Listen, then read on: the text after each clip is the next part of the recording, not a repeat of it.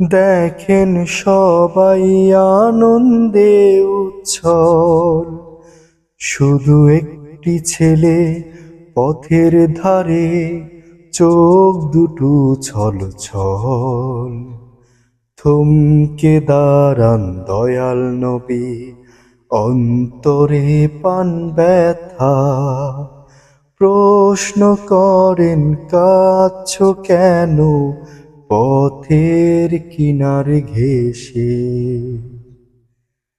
যুদ্ধে আমার আব্বু শহীদ, আম্মু নেই বেঁচে, কেমন করে আনবো হাসি দুঃখ নদী সেচে।